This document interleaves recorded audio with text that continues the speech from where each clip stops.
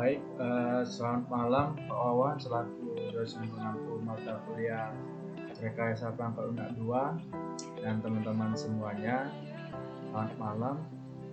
Perkenalkan, nama saya Jerry Kevin dari Universitas Katolik Musikaritas, khususnya program studi informatika dengan NIM 22130005. Di sini saya minta izin dulu kepada Heru Setiawan Saputra selaku pembuat skripsi dari Universitas Dharma Jaya Bandar Lampung tahun 2019. Di sini saya ingin mereview atau menganalisis terkait skripsi yang telah dibuat oleh Heru Setiawan Saputra dengan judul perancangan e-katalog berbasis website sebagai media informasi koleksi pada Museum Lampung. Oke, di sini kita akan analisis pada bagian bab 3-nya di metodologi penelitian. Kita pertama lihat tuh daftar isi terlebih dahulu. Daftar isi. Oke, daftar isi itu di bagian bab 3, di bagian metodologi penelitiannya itu kita cari yang namanya flowchart beserta konteks diagram atau disebut diagram DFD. Oke, langsung saja kita ke bab 3. Oke, langsung saja ke bab 3. Oke, di sini kita jelaskan dulu untuk di bagian flowchart sistem dari katalog Museum Lampung berjalan. Ini pertama kita jelaskan dulu untuk terkait simbol-simbolnya. Kita merujuk dari referensi beliau yang telah beliau buat. Yang pertama itu ada start, di mana startnya itu bentuknya bulat ya teman-teman, sesuai untuk mulainya. Terus start dia langsung ke membuat katalog koleksi museum, di mana itu bentuknya adalah ini teman-teman, kegiatan manual, jadi berisi kegiatan seperti menerima order, pembeli mengisi formulir dan membandingkan dan memeriksa berbagai jenis kegiatan atau kritikal yang lain. Ini terus lanjut dia ke katalog koleksi museum. Ini seperti dia berlapis-lapis itu di bagian di bagian sini teman-teman, itu adalah akhir arus atau awal arus dari dokumen. Oke,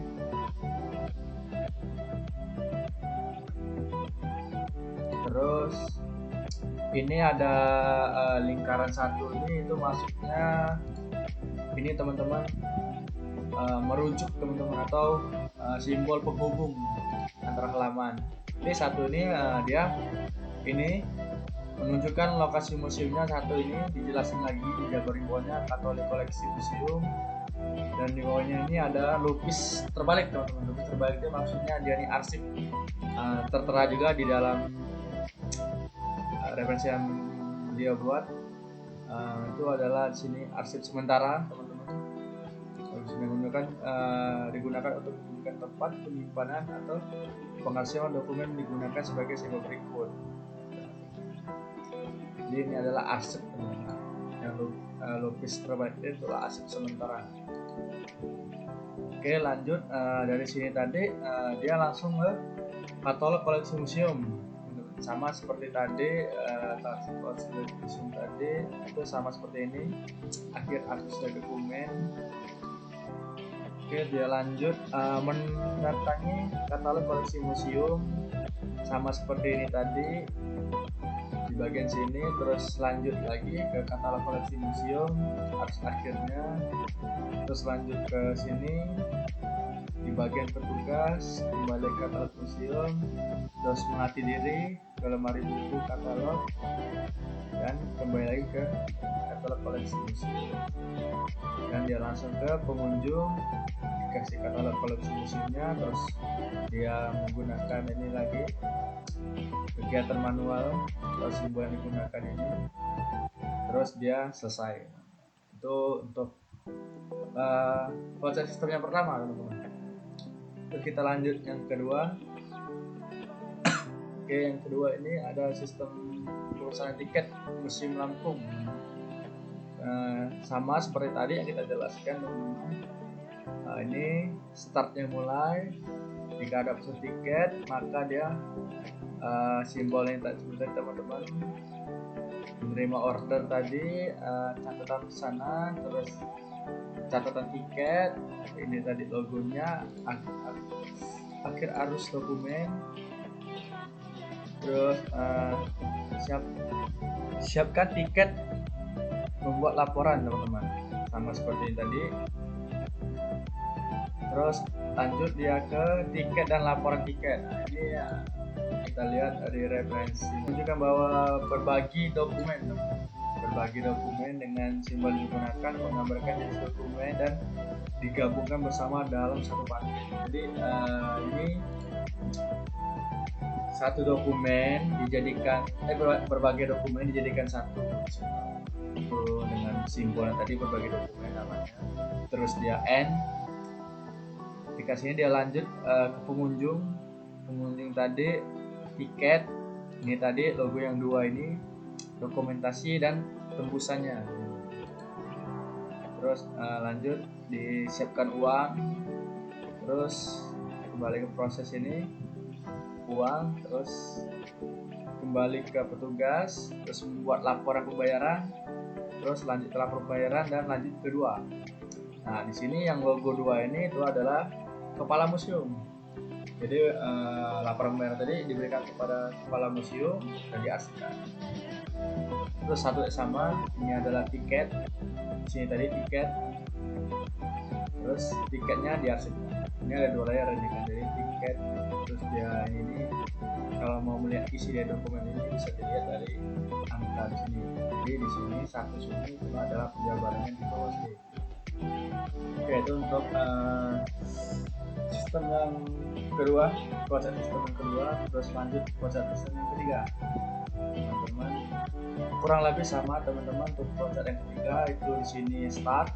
Terus jika ada pesan kunjungan, maka dicek terlebih dahulu jadwalnya, terus masuk ke jadwal. Oke, di sini ada percabangan, teman-teman. Oke, ini logo percabangannya. Oke, di sini ya, keputusan atau bisa disebut cabang atau keputusan. Ketika penuh, kalau iya, dia menerima informasi jadwal penuh, terus diarsip. Ketika tidak, jadwal kosong. Terus mencatat jadwal, terus lanjut informasi pembayaran, dialihkan lagi ke pengunjung, informasi pembayaran, menyiapkan uang, terus kembali lagi ke sini, memberikan tiket, membuat laporan jadwal pembayaran. Oke, di sini teman-teman, ini sedikit gantung. Tiket terus diarsipkan sama seperti tadi, ini satu, terus ini laporan jadwal atau pembayaran, di sini tiket atau laporan jadwal pembayaran, terus diarsip. Ini logo yang tadi sama, simbolnya seperti ini, teman-teman, digabungkan bersama ya simbolnya. Oke, itu saja yang dari proses sistem. Sekarang kita lanjut untuk analisis dari DFD sendiri. Ini konteks diagram yang sistem diusulkan. Di sini saya menggunakan referensi dari buku System Analysis and Design dari NIT Edition. Oke, di sini saya sudah ambil salah satu dokumentasi dari buku tersebut. Karena kalau kita cari di sini jumlah bukunya adalah 700, teman-teman. Ada 700 buku. Jadi kita ambil saja bagian pentingnya, tadi sudah saya cari. Dan di sini kita dapat untuk bagian pentingnya, di mana ketika dia ketemu proses, di itu boleh teman-teman. Sekarang yang kedua itu proses ketemu entitas, itu benar. Proses bertemu data itu boleh. Yang tidak boleh adalah jika entitas ketemu entitas, terus data ketemu data, sama data ketemu dengan entitas, itu yang tidak boleh. Sekarang kita langsung saja masuk ke bagian CFD-nya, kita analisis. Ini pengunjung ini dengan simbolnya itu adalah entitas teman-teman, atau aktornya teman-teman. Petugas, ini pengunjung, ini petugas, itu adalah entitas atau aktor ya. Terus ini katalog museumnya, laporan penemuan masuk ke petugas, terus jadwal kunjungan ke petugas, terus ketik dasarnya ke petugas, terus petugas memberikan data dan benda sejarah ke dalam katalog, terus laporan buku tamu dari museum kembali ke petugas, dan petugas kembali ke museum dengan event museum. Terus lanjut katalog, memberikan e-katalog, terus pengunjung, laporan penemuan, terus pemesanan jadwal kunjungan, dan cek katalog. Seterusnya teman-teman, dengan info benda sejarah juga kembali ke pengunjung, dan pengunjung memberikan buku tamu ke katalog. Jadi ini salah satu proses, lingkarannya adalah proses di mana katalog koleksi Museum Lampung itu bekerja. Nah, ini adalah entitas yang melaksanakannya. Oke, lanjut masuk ke data flow diagram. Ini ada yang diusulkan teman-teman. Oke, di sini kita lihat ini adalah entitas yang lingkaran adalah proses yang memiliki 7 proses dan 2 entitas. Seperti yang kita tahu tadi dari dokumentasi, data ketemu data, entitas ketemu data, dan komunitas juga diperbolehkan. Oke, lanjut kita lihat data masuk ke petugas, mengisi data kritik dan saran masuk ke petugas, mengolah data buku tamu masuk ke petugas, dan pemesanan jadwal kunjungan masuk ke petugas. Ini diperbolehkan karena proses ketemu entitas itu masih diperbolehkan. Terus pengunjung masuk ke mengolah data, oke. Terus masuk ke sini ke proses pengunjung, buku tamu masuk ke proses, ini masuk ke proses, terus proses e-katalog kembali ke pengunjung, diberitahu, terus cetak e-katalog kembali lagi ke proses. Oke. Untuk DFG level 0 ini aman karena sudah mengikuti dari kaidah dari buku sini, referensi. Terus lanjut kita yang kedua. Yang kedua ini terdapat 2 entitas, 3 proses, dan 1 data. Oke, kita lihat dari entitas terlebih dahulu.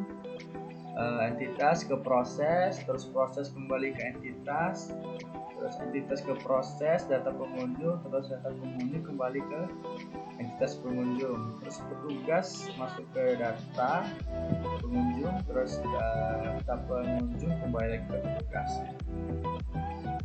dan data mengirim data ke sini, terus data pengunjung, terus dikembalikan lagi ke database, terus database masuk ke edit data pengunjung, terus dikembalikan lagi. Nah, ini masih boleh data ke proses. Berarti ini semua aman di bagian DFD-nya. Oke, sekarang kita masuk ke DFD level 1 yang kedua. Di gambar 3.7 itu petugas, ini petugas pengunjung, 2 entitas, dan 3 proses, dan 1 data.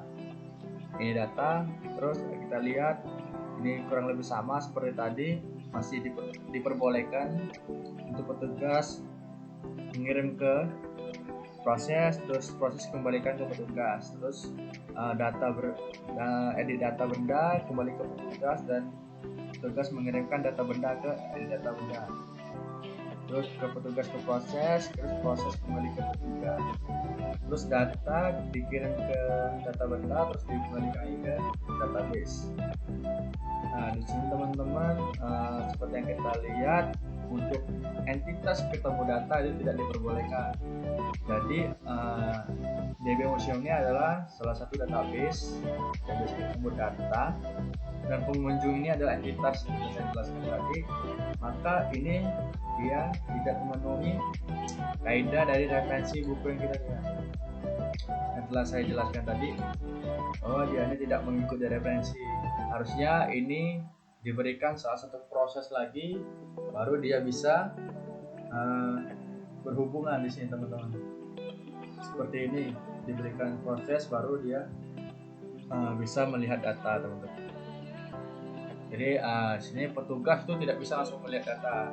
Jadi diselangi dengan proses baru bisa melihat data.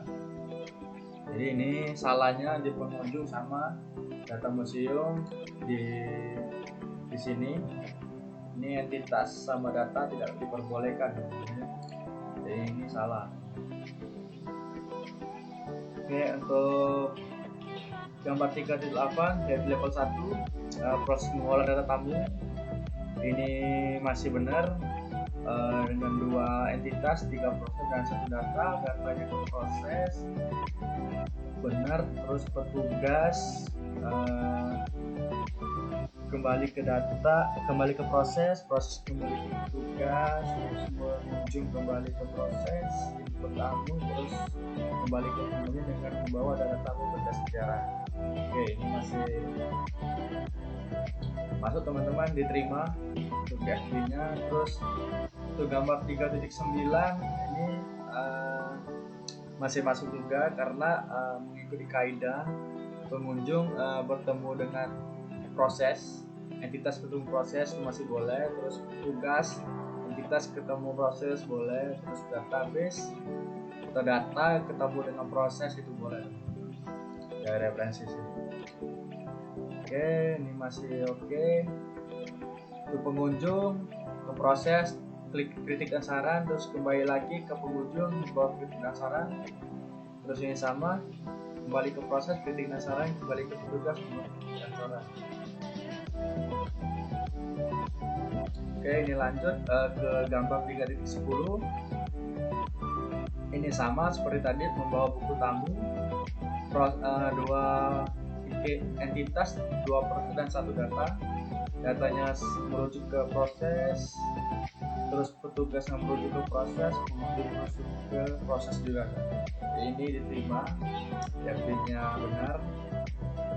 Terus DFB level 1 yang terakhir teman-teman, itu sama seperti DFB yang di atasnya. Nah, ini jadwal kunjungan teman-teman. Pengunjung, petugas, 2 entitas dan 2 proses dan 1 data. Datanya masuk ke proses, kembali lagi ke data, data masuk ke jadwal kunjungan proses, terus kembali lagi ke data. Begitu juga sebaliknya dengan petugas dan pengunjung. Ini diterima karena sudah mengikuti dari referensi pembuatan dari DFB itu sendiri.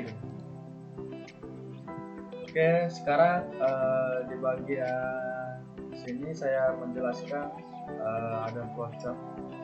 Untuk flowchart program web itu ada start, di mana logonya adalah atau simbolnya itu ada lingkaran, memenuhi dengan yang dia buat. Terus lanjut ke username password, ini adalah simbolnya input. Input ini simbol yang digunakan untuk menggambarkan catatan akuntansi untuk mencatat dan direkam dengan dokumen atau formulir.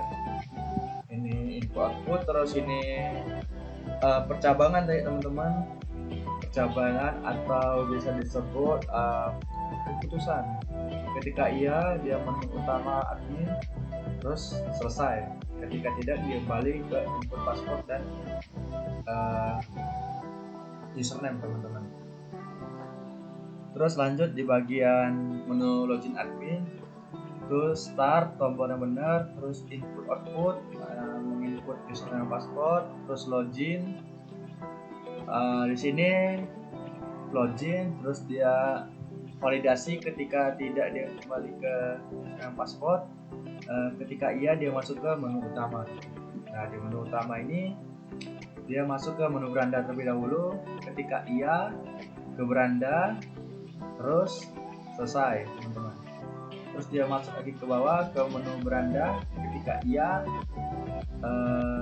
menu benda. Ketika iya, ini simbolnya adalah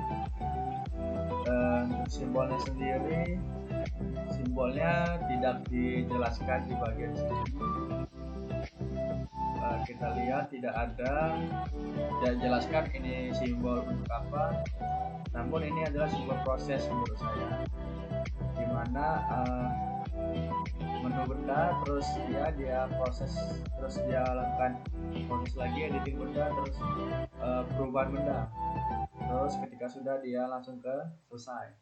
Sama yang lainnya juga ke menu lokasi, ketika ia ke lokasi, edit lokasi, terus perubahan lokasi, terus menu utama, menu temuan, download temuan, terus perubahan temuan, terus selesai. Seterusnya teman-teman, sampai dia menu cetak laporan buku tamu, terus laporan buku tamu, download laporan, cetak laporan, terus selesai. Mungkin itu saja teman-teman dari saya. Terima kasih dan sampai jumpa.